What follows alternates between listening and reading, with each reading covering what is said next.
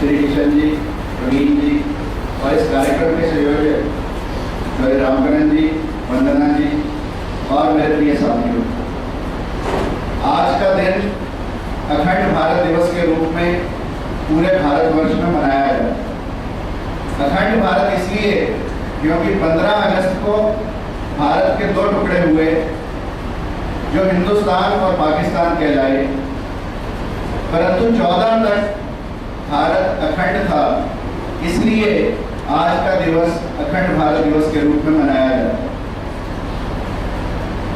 इस दिन भारत का विभाजन हुआ और इस भारत के विभाजन का दर्द क्या महसूस किया लोगों ने, इस बारे में मैं आप लोगों से कुछ चर्चा करूंगा।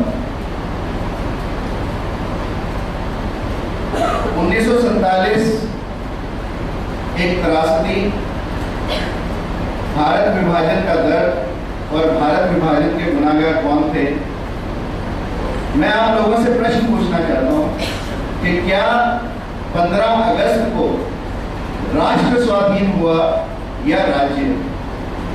जला अस्थियां बारी बारी, छिटकाई जिनने चिंगारी, चढ़ गए जो पुण्य वेदी पर, बिना लिए गर्दन का मोल, कलम आज उनकी जय बोल, कलम आज उनकी जय बोल। क्या राष्ट्र मानचित्र पर एक भूभाग है? क्या राष्ट्र सीमाएं हैं? क्या राष्ट्र दीवारें हैं? ये तो जड़ है। फिर राष्ट्र क्या एक भाषा है, एक संप्रदाय है, एक जाति है, एक उपजाति है या एक धर्म है? क्या राष्ट्र और राज्य एक हैं? प्रत्येक व्यक्ति की भांति प्रत्येक राष्ट्र का भी एक विशेष जीवन उद्देश्य होता है, वही उसके जीवन का केंद्र होता है, वही उसके जीवन का प्रधान स्वर होता है। भारतवर्ष में धार्मिक जीवन ही राष्ट्रीय जीवन का केंद्र है, प्रधान स्वर है। क्या सांस अंदर सांस बाहर की क्रिया ही मनुष्य के जीवन का ध्येय है? नहीं, ऐसा नहीं है। वह आत्मा की अनुभूति करना चाहता है, उसे समझना चाहता है। नहीं, इससे भी बढ़कर राष्ट्र एक चेतना है। तो जब मैं ये कहूं कि क्या उस दिन राष्ट्र का बंटवारा हुआ या हमारी चेतना का बंटवारा हुआ, तो मैं ये कहना चाहूंगा कि 15 अगस्त 1947 को एक चेतना का बंटवारा हुआ। जब लोग पाकिस्तान से हिंदुस्तान की तरफ आए तो लोग अलग अलग बातें करते थे। जो लोग उनके भूत के बारे में नहीं जानते थे अक्सर आकर अपनी अपनी बातें कहा करते थे। एक जगह पर दो व्यक्ति बात कर रहे थे, एक ने कहा कि मेरे पिताजी की हवेली इतनी बड़ी थी, इतनी ऊंची थी कि ऊपर से एक छोटा बच्चा डालो तो नीचे आते आते बूढ़ा बन जाता। तो दूसरे ने कहा कि मेरे पिताजी की हवेली इतनी बड़ी थी कि ऊपर से बंदर डालो तो नीचे आते आते आदमी। मैं नहीं जानता उनमें से कौन सच्चा कौन झूठा है, परंतु मैं इतना जानता हूं कि 4 दिन के ही सही से याद मेरी पूरी दुनिया की उस आशय में।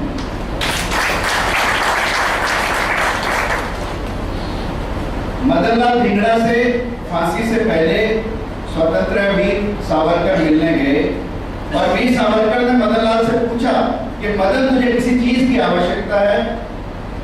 तो मदनलाल ने कहा कि एक आईना भिजवा दो। वीर सावरकर ने कहा क्यों? एक आईना ही क्यों?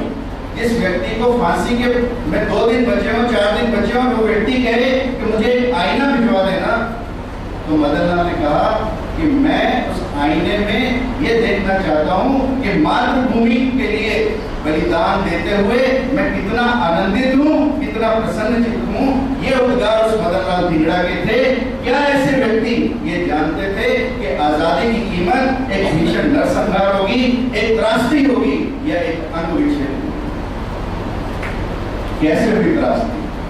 कागज पर रेखाएं खींचने से। एक व्यक्ति सर साइरल रेडक्लिफ, अब इस रेडक्लिफ नामक व्यक्ति का एक ही गुण था कि वो भारतवर्ष के बारे में कुछ भी नहीं जानता और एक कार्य उसको करना था कि सीमा का अवार्ड करना था और उसके पास समय और साधन क्या थे? 5 दिन और एक पेंसिल और इस भारतवर्ष की किस्मत लिखी गई। इसलिए विभाजन चेतना का हुआ, ना कि सीमाओं का। और अक्सर मैं कहता हूँ, निकल के जाऊं कहाँ तेरे अंजुमन के सिवा, चमन की बूम बसों फिर चमन के सिवा। 1947 एक त्रासदी, 1 करोड़ लोग बेघर हुए, 2 करोड़ लोग स्थानांतरित हुए, 5 लाख लोग मर्डर किए गए, 22,000 का बलात्कार किया गया और कम से कम 2.5 लाख लोग जो लापता हो गए या गायब हो गए। खून 10 लाख शहीदों का मिला हुआ इस रंग में, जिसे वतन हो जान से प्यारा, आए हमारे संग में, हमने अपने प्राणों से इस देश को है तोला, मेरा रंग दे दो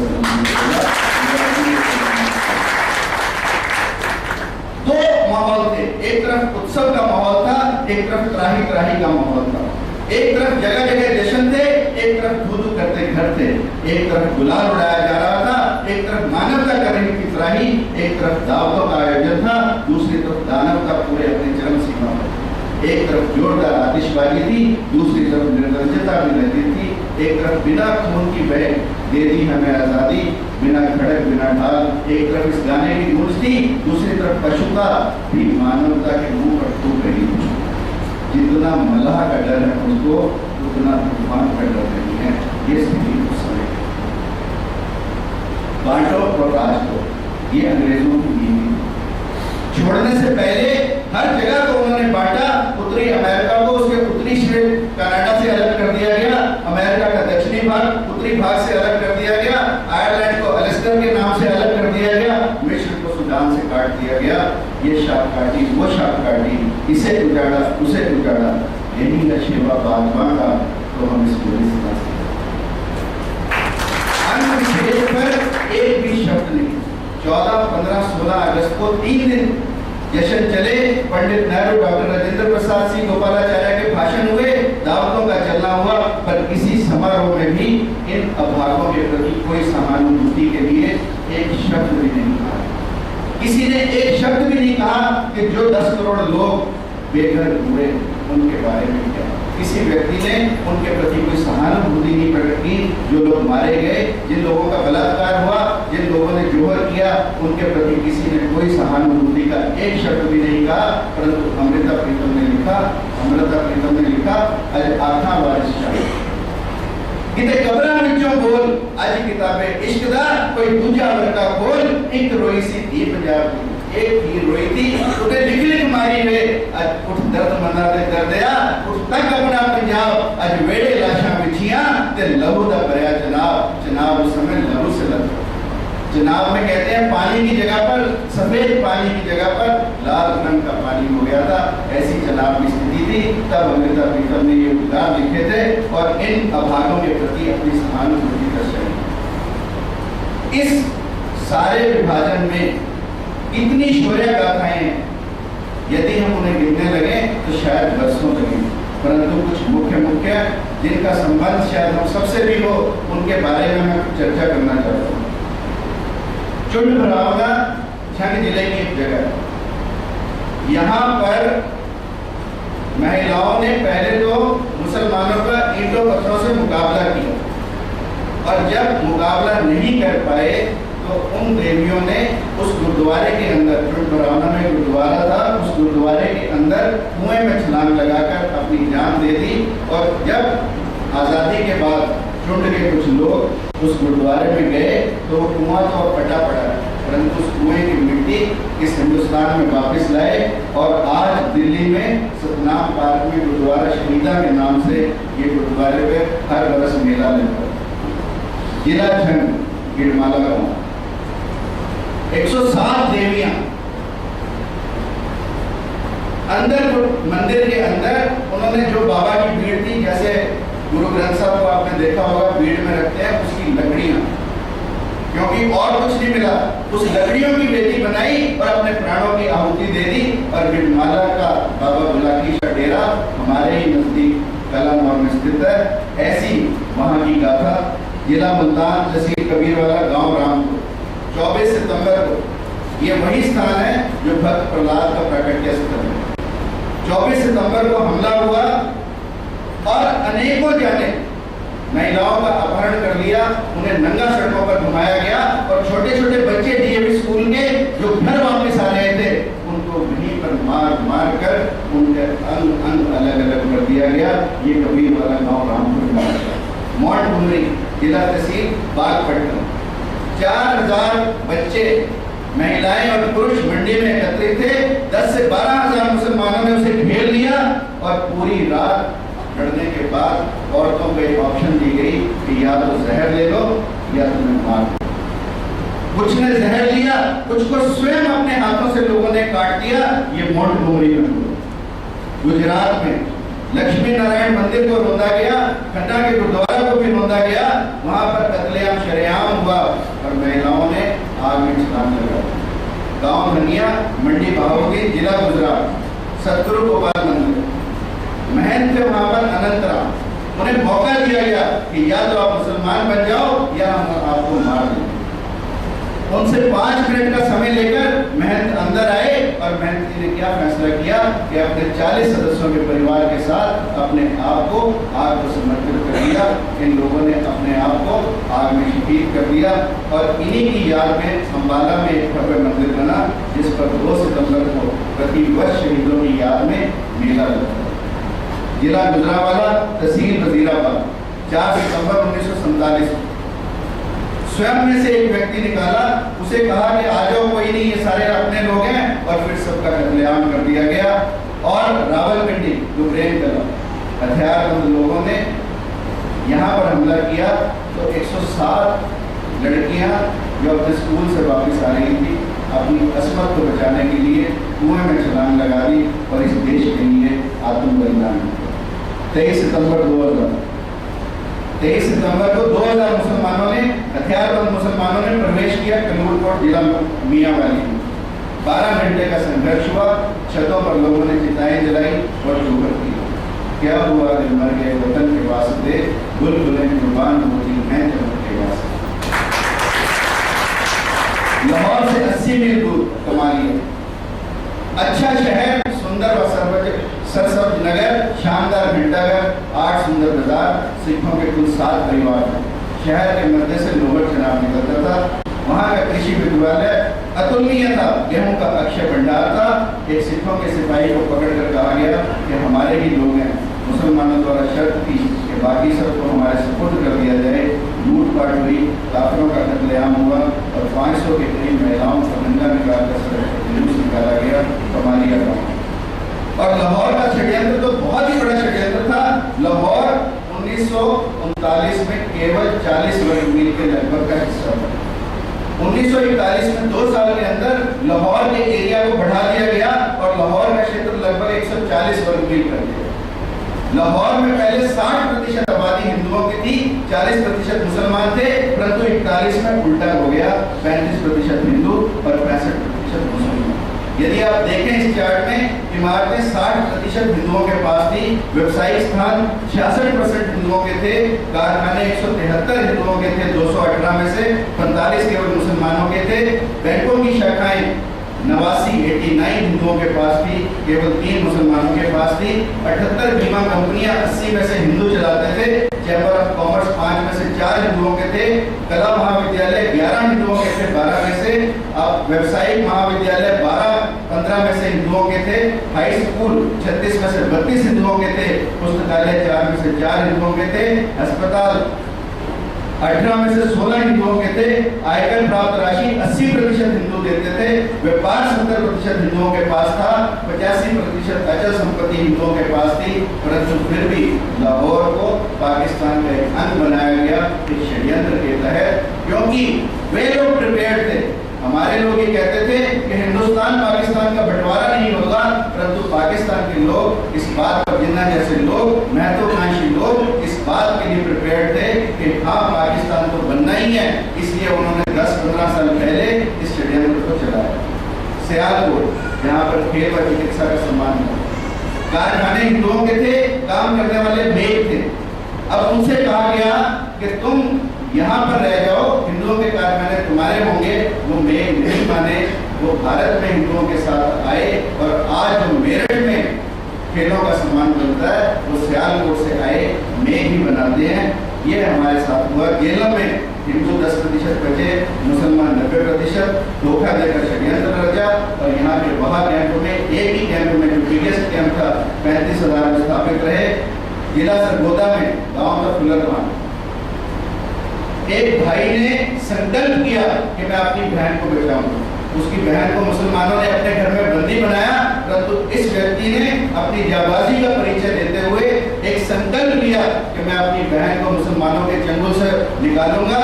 और इस व्यक्ति ने सरगोदा में सब्जी बेचने का काम किया और तब तक सब्जी बेचता रहा, आवाज लगाता रहा। उसकी बहन का नाम था लीलो और ये व्यक्ति आवाज लगाता रहा, टमाटर आलू लीलो। और जब उसकी बहन ने सुना, वो बाहर आई तो इसने हिंदुस्तानी सेना का सहायता लेकर उसको डेपोत विमान से अंबाला लेकर आया। ये एक जांबाज भाई ने अपनी बहन के लिए किया कि अपने प्राणों की बाजी लगाकर अपनी बहन की रक्षा की। लाहौर के एक सैनिक अफसर की पत्नी द्वारा आप बीती कहानी कि उनको गौ का मांस खाने के लिए कहा गया। जब उन्होंने नहीं खाने के लिए कहा तो उन पर अनेकों अनेक अत्याचार किए गए, निर्दयता से पीटा गया, बालों से पकड़कर घसीटा गया, बंद कमरे में रखा गया और कुरान न पढ़ने पर उन स्त्रियों को मौत के घाट उतार दिया। असहनीय कहानी काफी लंबी। जस्सर में सैकड़ों महिलाओं का अपहरण किया गया और फिर उनको खेतों में ले जाकर बलात्कार किया गया और उनका कत्लेआम किया गया। पूरा क्षेत्र लाशों से फट गया था। कत्ल हुआ हमारा इस तरह रिश्तों में, कभी कातिल बदल गए, जगह अलग अलग हो सकती है, कत्ल के तरीके अलग हो सकते हैं, परंतु कत्ल भारत की चेतना का हुआ, कत्ल भारत की अस्मिता का हुआ, भारत की इज्जत का हुआ, भारत के स्वाभिमान का हुआ। ये कुछ मार्मिक दृश्य हैं जो खुशवंत सिंह ने एक पुस्तक लिखी, ट्रेन टू पाकिस्तान, उससे मैंने लिए। तुम्हारे पाँव के नीचे कोई जमीन नहीं, कमाल ये है कि तुम्हें फिर भी नहीं। कारवां उजाले की राह में नहीं रुकता, एक चिराग बुझता है, एक चिराग जलता है। जल के आशियां अपना खाक हो गया होता है। आज तक ये आलम है, हम कोशिश से जहर मिलता रहा, जहर पीते रहे, यूं ही मरते रहे, यूं ही जीते रहे।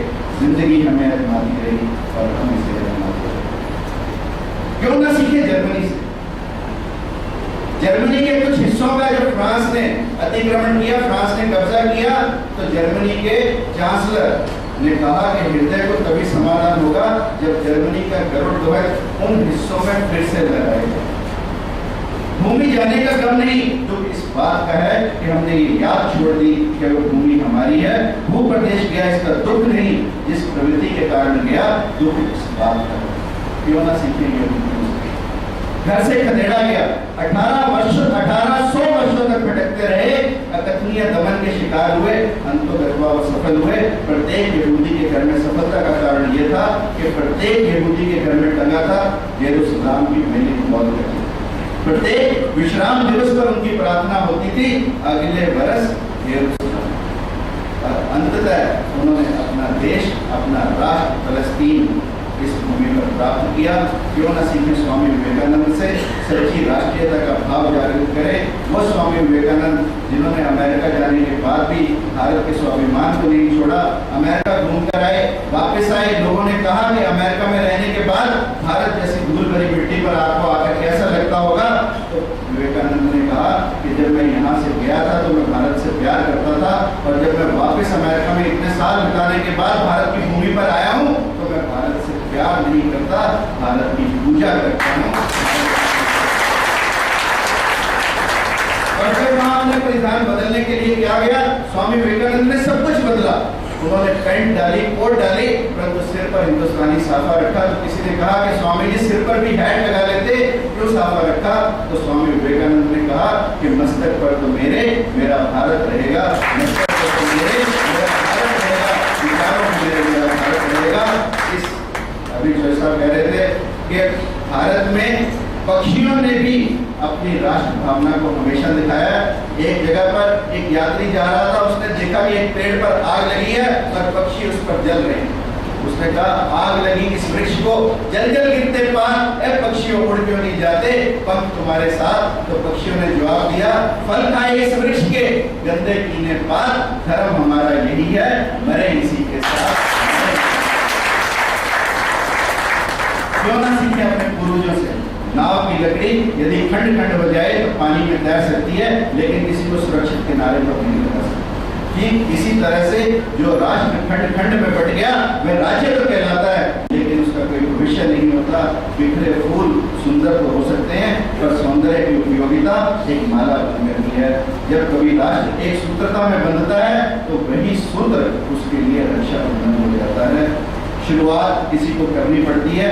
किसी ने सबसे पहले जमीन पर लकीर खींची तो निजी संपत्ति का कंसेप्ट आया, किसी ने हाथ में हल पकड़ा तो खेती की शुरुआत हुई, दो पत्थरों से चिंगारी निकली तो हमने यहाँ ऊर्जा की कल्पना की, किसी ने 1010 की गिनती की तो कंप्यूटर शास्त्र बना, किसी ने कविता कही तो साहित्य बना, किसी ने गुफाओं की दीवारों पर लकीरें खींची तो पूरे की पूरी कला बनी, किसी ने ईश्वर की कल्पना की तो धर्म बना, किसी ने दूरबीन तैयार की तो हमारे मन का विस्तार विश्व के पार हुआ। एक ना एक शम्मा अंधेरे में जलाए रखिए, सुबह होने को है माहौल बनाए रखिए। इन्हीं शब्दों के साथ अंततः ये कहना चाहूँगा, महज हंगामा करना मेरा मकसद नहीं, मेरी कोशिश है कि ये सूरत बदलनी चाहिए। मेरे सीने में हो, तेरे सीने में हो, कहीं भी अखंड भारत की आग होनी चाहिए।